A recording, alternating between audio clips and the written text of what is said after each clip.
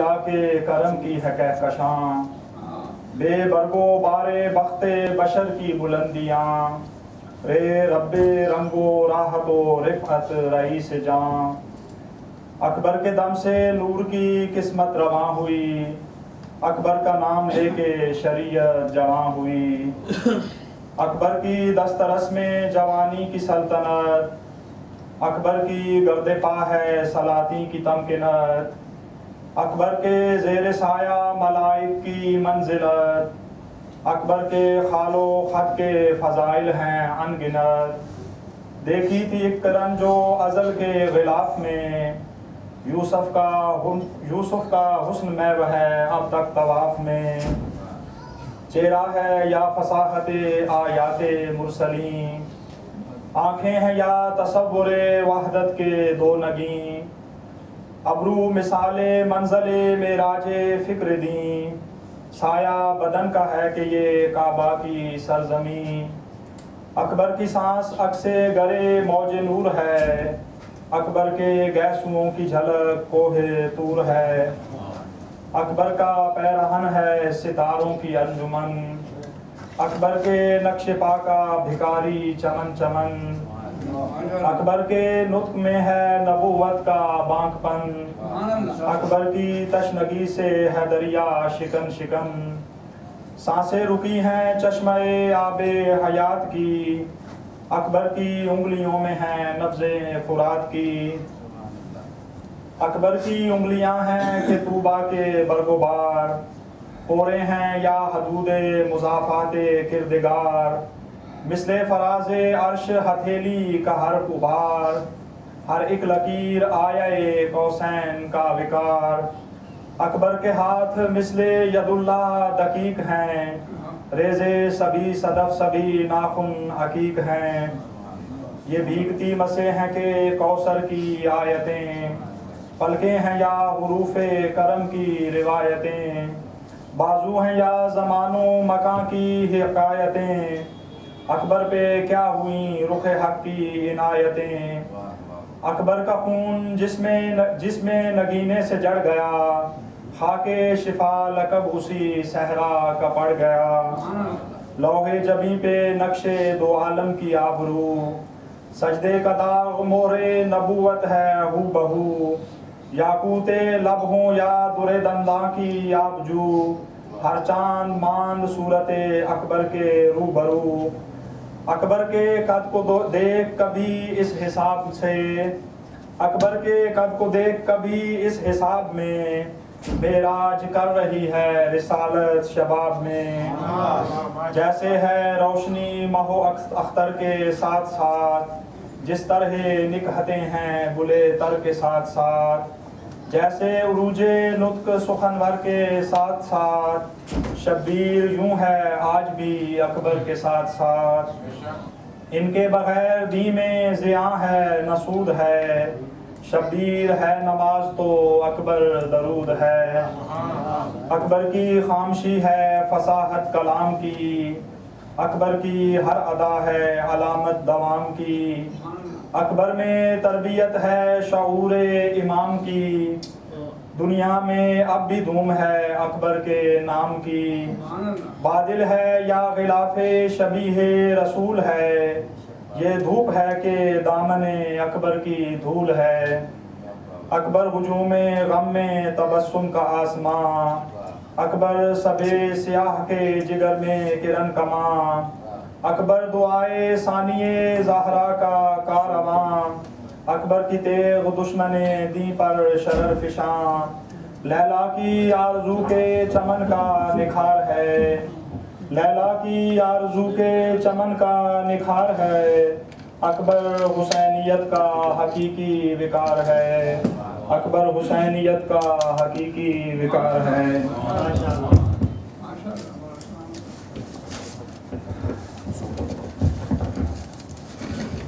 اللهم صل على محمد وآل محمد۔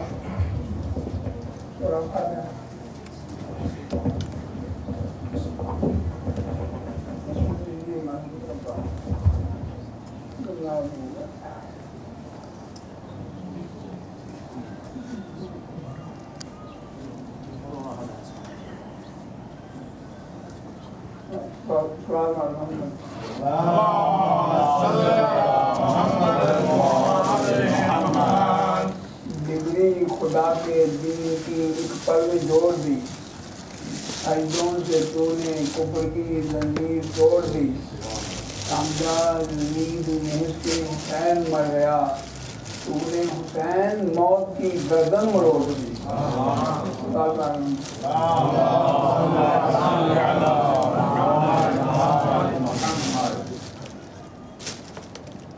हुसैन इब्न अली, तू है करीम इब्न करीम, तेरे दरबार में होती है सदाकत तकसीम, तेरे ही दर से मिली सब्र रिदा की तालीम, है शहादत तेरी शराकुन जिबा अजीम, इसलिए उम्मत आसी का सहारा तो है, अबर में छुप के जो चमका वो सितारा तो है, पर्दा गफलत का इन निगाहों से उठाया तूने, और उठते हुए फितरों को दबाया तूने, नाम बातिल का ज़माने से मिटाया तूने, उम्मत जद के सफीने को बचाया तूने, मासियत दाखिल इस्लाम हुई जाती थी, मेहर रोशन था मगर शाम हुई जाती थी, ज़्यादा हक में गुनाहगारों को लाने वाले, उनकी बिगड़ी हुई किस्मत को बनाने वाले, हंस के शमशीरों से ना सीने पर खाने वाले, मरहबा बार अमानत के उठाने वाले, अल्लाह अल्लाह मुसीबतें खुदी का इजहार, सब्र अयूब तेरे सब्र पे हो जाए निसार, जान दी हाथ से इस्लाम को जाने न दिया, खुद मिटे नाम सदाकत का मिटाने न दिया, सर हक को दर बातिल पे झुकाने न दिया, शिकवत दुश्मन की ज़बान तक कभी आने न दिया, हैं कहाँ देखने खुदा के ज़माने वाले, हैं कहाँ देखने खुदा के ज़माने वाले, ऐसे होते हैं मोहम्मद के घराने वाले। ख्वाहिश मुल्क न हो जिसको सुल्तान है तो, फौकियत जिसको मुल्क पर है वो इंसान है तो, दिल अहमद का मतल्ला अरमान है तो, या हुसैन इब्न अली मानी कुरान है तो, न मोहताज वो लश्कर का वो गाजी तो है, नाज सजदा करे जिस पर वो नवाजी तो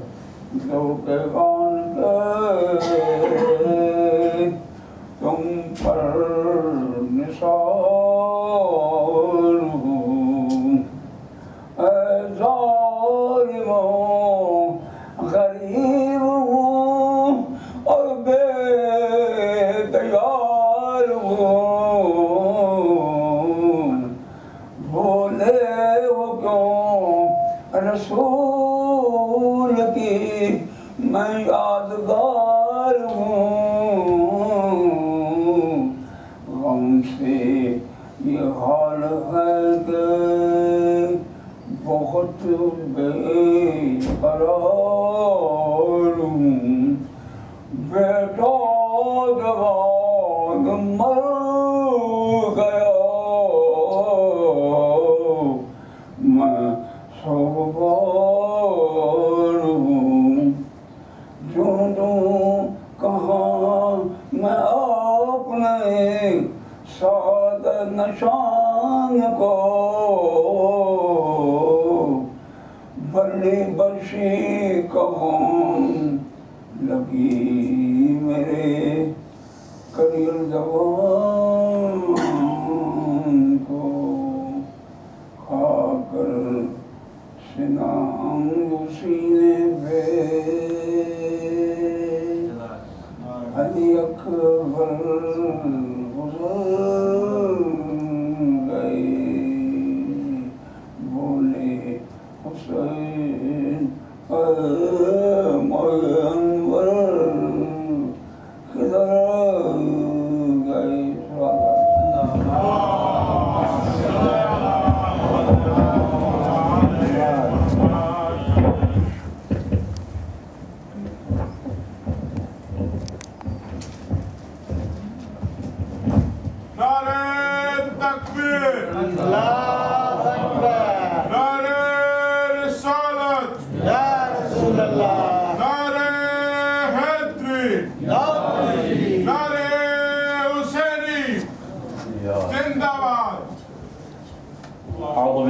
Bismillahirrahmanirrahim. Bismillahirrahmanirrahim. Alhamdulillahi Rabbil Alameen. Wa bihi nasta'een wa salatu wa salam ala sayyidil anbiya'i wal mursaleen khatamin nabiyyin rahmatil alameen wa ala alihi at-tayyibin at-tahirin al-ma'sumin al-muntajabin amma ba'du faqad qala Allah subhanahu wa ta'ala fil Qur'an al-Kareem wa huwa asdaqus sadiqin wa qawluhul haqq. Bismillahirrahmanirrahim. Ya ayyatuhan nafsul mutmainnah irji'i ila rabbika radiyatan maradiyyah. Sallallahu Muhammad.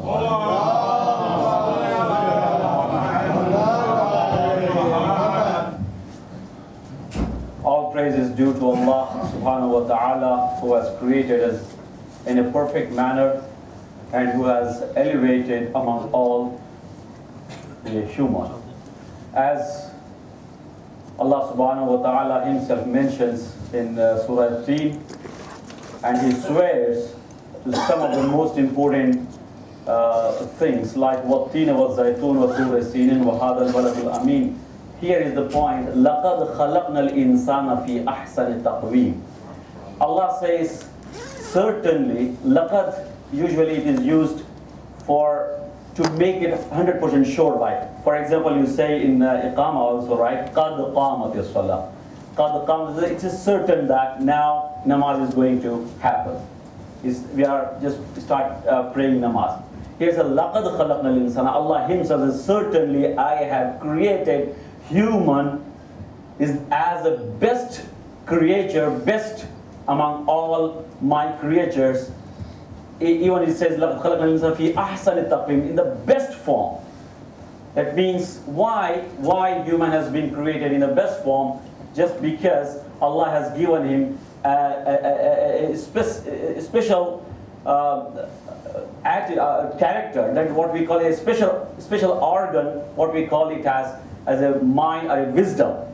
The wisdom human has, no one else, no other creature has that type of wisdom. So because of that, human is the superior among all. Because human has the choice between good and bad. Although Allah has given proper guidance to everyone, saying that this is the good thing, this is the bad thing, but still human has been given a choice to choose either the good thing or the bad thing. That's why Allah says very clearly in Quran that Summa Hadainahu Sabila Imma Shakiran wa Imma Kafura. I have given you proper guidance to you. I have told you, I already given you, I have instructed you what is good, what is bad, and what is wrong, and what is evil act. So it is up to you to choose whether to choose a good thing or to choose a bad thing. So if we use our proper mind, if we use our proper wisdom, obviously we will choose good things what Allah has guided us. And again, as I said, Allah has clearly mentioned, Summa Hadayna, so we have guided you. And Allah Himself has created human, who is the wisest, who is the the most intelligent among all the creatures.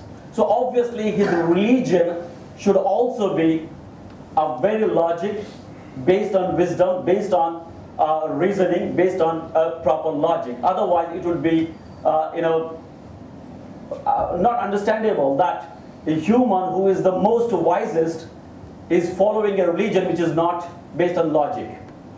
So that's why Islam is the most logical religion among all. And one more thing, why do we follow religion, any religion? What for the religion has been sent? What for the religion has come in this world? There should be a reason. Why do we follow any religion? What is the religion itself? Religion is nothing but a set of rules. Set of rules, no matter if it's good or bad, it's a different issue. Religion is a set of rules. For example, say Hinduism is a religion. They have the set of rules. Judaism, it's a religion. They have a set of rules. Christianity, it's a religion. They have a set of rules. Similarly, Islam is also a religion which has a set of rules. Right? But it depends who has set those rules. Who has set those rules? If a human himself has set those rules, there is a very good chance, there is a high chance that there could be wrong. Because our mind, our wisdom, we are not using our mind, our wisdom 100%. Partly we are using it. And that's why we call insan in Arabic. It means there is a possibility of doing mistakes. There is a possibility of forgetting. So that's why Hinduism, they themselves they say, Hinduism is not a religion set by Allah, set by God. It's a mythology set by humans. The Vedas, their holy books. It is written by a person, Kalidas. Or Bhagavad Gita, for example. I'm just giving an example to let you know. Bhagavad Gita, it is written by a person, right? So now, when a person has written that set of rules, there is a good possibility, there is a high possibility, it is highly likely that there should be a wrong thing there. Take an example of a constitution of any country. Constitution is written by a person like me and you. So that's why it is keep on changing day by day and year by year, when, time to time. Because there is a possibility of, it may not answer all the questions of that time. So that's why there is a change. So now if you come to the religion of Islam, not only we, even the Prophet himself says, I am not setting these rules.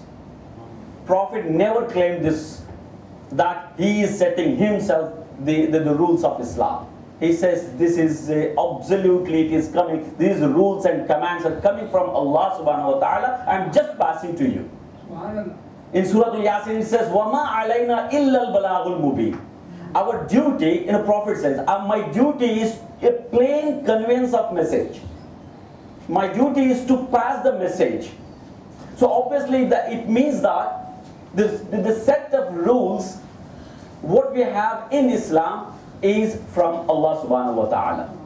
So now Allah is the creator of human. Allah is the one who set the rules for this human. So obviously there is no possibility of mistakes in that rules. So that's why Allah says, لَن تَجِدُ لِسُنَّةِ اللَّهِ تَبْدِيلًا. You don't find any change in the rules of Islam. Because Allah knows the nature of person, nature of human. Allah knows the nature right from the beginning till the end, what the changes would be, and He has accommodated all those natures based on all those natures in the rules when setting the religion. So obviously now, why He has set the rules? Another question: why He set, or why these rules have been given to human or to the mankind? I get one more question. Why these things? Obviously, it is to make life easy.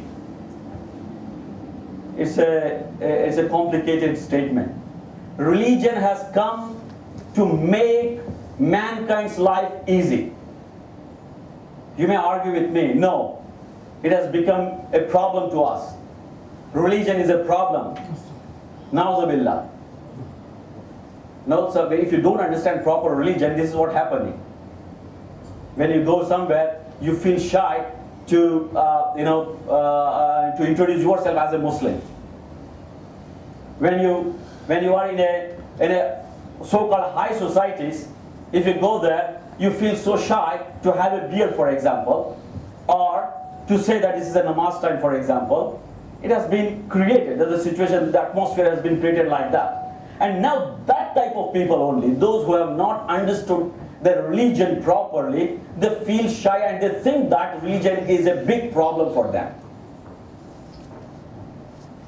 It's a big problem for them. They say, no, religion is coming across, is coming against our development and our advancement.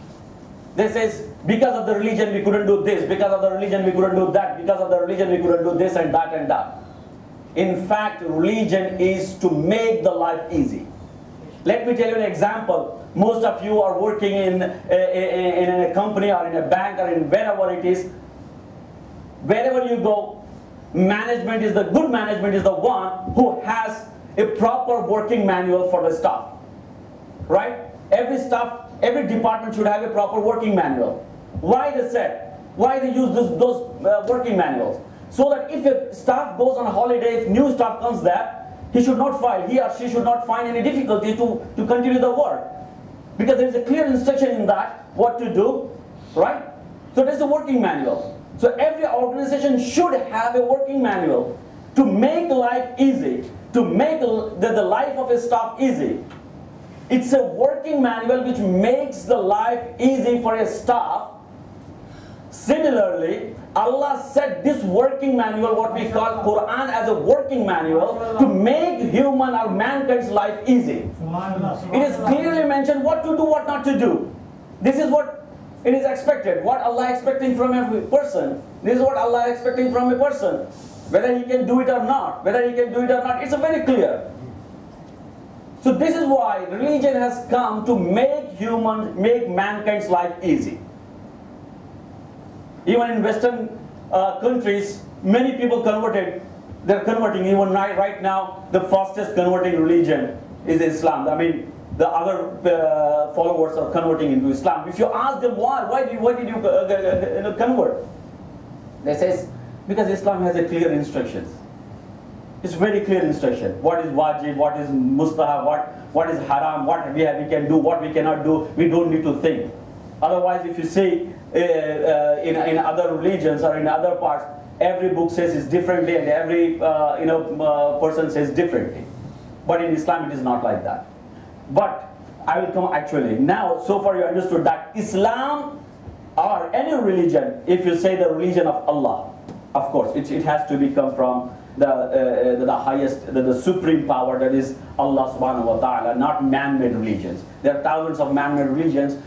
We cannot believe in that. But those religions which are sent by Allah subhanahu wa ta'ala are only to make our life easy. Right? How it is easy?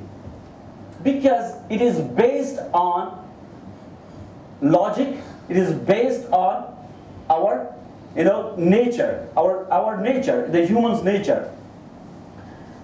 There's a very good fundamental principle in the fiqh.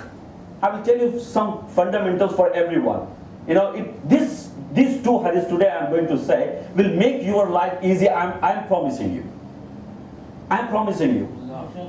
These two hadiths, if you keep in mind as the fundamentals for yourself, I'm sure it will help you. Definitely it will help you. Number one.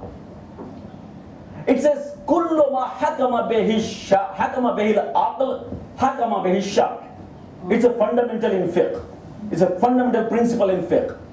Fiqh, fiqh means jurisprudence. What that means, it is called what we have to do, what we cannot do. It's an action, absolutely related to the actions, our day-to-day actions, our amal, namaz, roza, hajj, zakat, whatever you name. These are all comes under fiqh.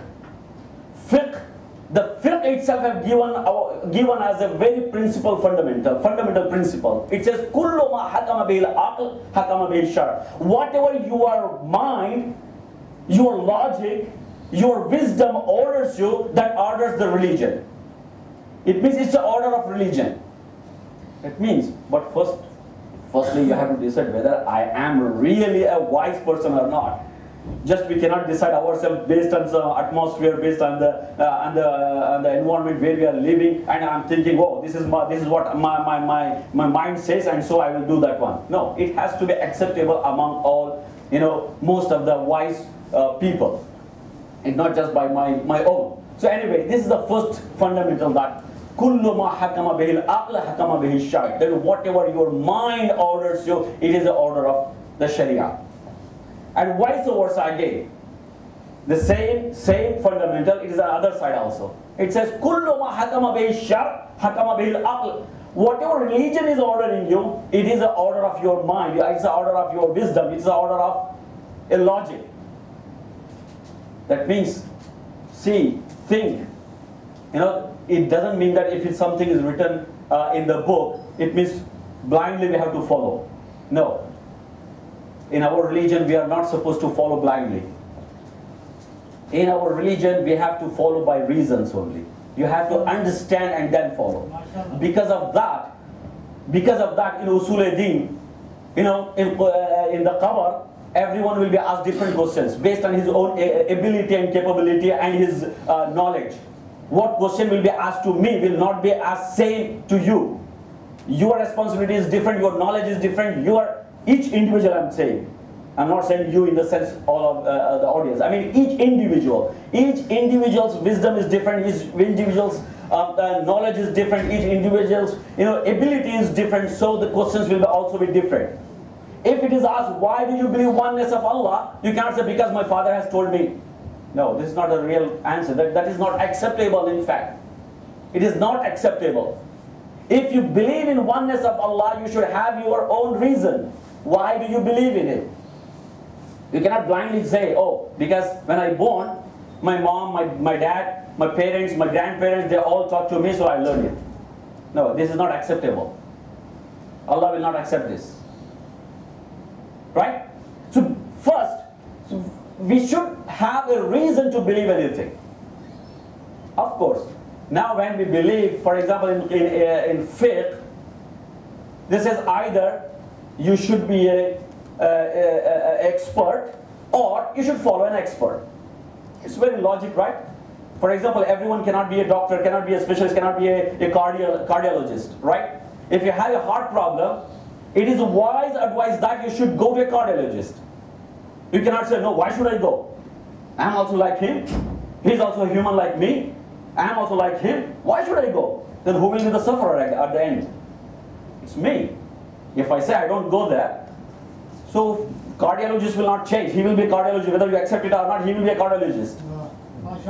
Whether you accept it or not, he will be a cardiologist. If you deny and if you say I don't go, so at the end, I am the sufferer if I don't go. So it is a logic and it is a reason, proper reason, that I have to consult a cardiologist if I have a heart problem. If I have an eye problem, it is wise advice that I have to go to an ophthalmologist. If I don't go, I am the sufferer. Right? And if you want to make a building, I have to consult an engineer, a structural engineer. If I don't go to a structural engineer, one day my building will be collapsed, and who will suffer again? I myself is a sufferer. So when it comes to the religion, people say, why should we consult these people? Why should we consult to these ulamas? So ulama do not say, come to us and ask us. They say, if you can be yourself as a alim, a faqih, well and good, you're most welcome. If you cannot spend so much of time, so just why don't you follow? Why don't you consult them? It's very obvious, right? It's very logical. If we ourselves cannot extract any fatwa or any verdict from Quran, from ahadith, it is very easy that we have to consult a faqih, a marja, or a mujtahid. It's very valid reason. So that's why now again the kullu ma hakama bil aql hakama bil shar, whatever comes, whatever your wisdom, your mind orders you, it is an order of religion also. Because our religion is based on aql. That's why Allah subhanahu wa ta'ala in Quran, many places, not one or two, you must have read that one. It says, Afala yatadabbarun, why don't you ponder? Afala yatafakkarun, why don't you think? Huh? It's many places. Afala ya'qilun, why don't you make use of your wisdom? Allah has given you, everyone, individually Allah has given the wisdom. Why don't you make use of that? Afala ya'qilun. Right? This is the wisdom we have to use, and Allah says, if you use your wisdom, you will understand properly all the religion and the Sharia also. If you don't use it, and then we are the sufferer. The next, and because of that, let me tell you one more thing under the same this one, wisdom and thinking. Afala yatadabburun, afala yaqilun, afala yatafakkarun. Here says tafakkuril lamha. Now, yesterday I said one hadith. Now some people ask me question. I wanted to give the explanation, but I don't have the time. You know, this for today. It says tafakkuril lamha afdalu min ibadati sab'ina sana. You have heard this one many times. Thinking for a second, lamha, second. Thinking for a second is better than praying for 70 years without understanding. It's very, strange. You say, how come just thinking? Not thinking for what? Thinking on the creation of Allah, about the existence of Allah, about His, His ni'mat, His creations, what Allah has created, and why we have to follow Allah, why? There are hundreds of things. That's why there is one more hadith from Imam Ali alayhi salam. Imam Ali alayhi salam said, it's a very nice hadith. It says, Man arafa nafsa faqad arafa rabba. If you understand yourself, certainly you will understand Allah. We have to understand ourselves. If we understand ourselves, definitely we will understand Allah subhanahu wa ta'ala. Right? So here says, tafakkur lamha. If you think about Allah subhanahu wa ta'ala and His creatures for a second, it is better than 70 years of your prayers. And yesterday I said, 2 rakat is accepted, is a guarantee for the Jannah. Someone asked me, how come we are praying for whole of our life, day and night, and you said just 2 rakat is accepted? Say, one is acceptance, one is your duty. They're two different things. We don't know whether our salat is accepted or not, whether our salat will be accepted or not, whether we are praying according to what the wish and will of Allah subhanahu wa ta'ala or not. But we are trying our best, and we have to try our best to pray according to the will and wish of Allah, to please Allah subhanahu wa ta'ala. So it's coming the signal, it's a time of, okay. I'm sorry, salawat ala Muhammad wa ali Muhammad. Just an example, and I will take your permission. Say, to understand this one, for example, we will send our children to school, right? Or to madrasa. And I'm seeing so many kids here, they are not coming to madrasa. I request them to, their parents, to send their kids and their children to madrasa. We have madrasa every Sunday. And now, what happens, there are two options. One is the child will attend the school, and his attendance will be put as a present, right? It's present. Now you cannot punish him. Why didn't you go to the school? He went to the school. So he's present. So there will be no punishment for that. Now,